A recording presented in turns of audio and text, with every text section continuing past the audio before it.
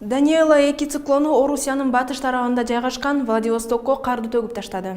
Бул кар түнү менен токтоосуз жаап, эртең менен унаалардын ээлери өз машиналарын таппай калып, азыр көчөлөрдө унаалардын жүрүшү ылдамдатылып, кээ бир темир жол кыймылдары токтотулду. Азыр көчөлөрдү кардан тазалоо иштери кызуу жүрүп жаткан кез. Бул Орусиядагы аба ырайы тууралуу кыстырма маалымат болду. Эми Борбор Азия өлкөлөрүндө эртең кандай аба ырайы күтүлөт? Мен Гүлүм Эркинбек кызы 11 каналында айтып берем. Саламатсыздарбы? Бизге кошуна өлкөлөрдүн бири Кытайдын Аксус шаарында бүгүн жаап жаткан кар эртең токтойт. Үрүмчү шаарында болсо кар жаашы токтобой, эртең азаят. Казакстандын Борбор шаары Астанада эртең да асман ачык, абанын температурасы бир аз жогорулайт. Алмата шаарында бүгүн жааган кар эртең токтоп күн ачылат. Жылуу өлкөлөрдүн бири Өзбекстанда аба ырайы өтө суук эмес. Эртең Фергана өрөөнүндө жана Борбор калаасы Ташкентте асман ачылып, абанын температурасы жылуу бойдон сакталат.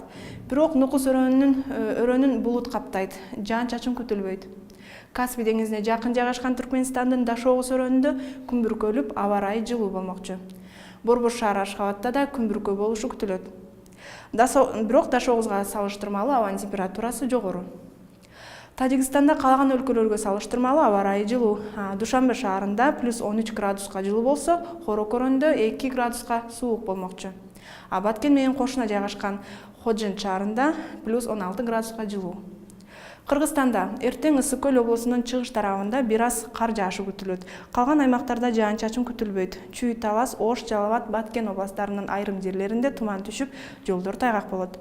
Түндүк батыштан соккон шамалдын ылдамдыгы секундасына 2-7 метрге чейин жетет. Мына ушинтип аба ырайы өз орунда турбай, өзгөрүп турат. Андыктан 11 каналында алдыда кандай аба ырайы болоорун көзөмөлдөп туруңуздар. Көрүшкөнчө.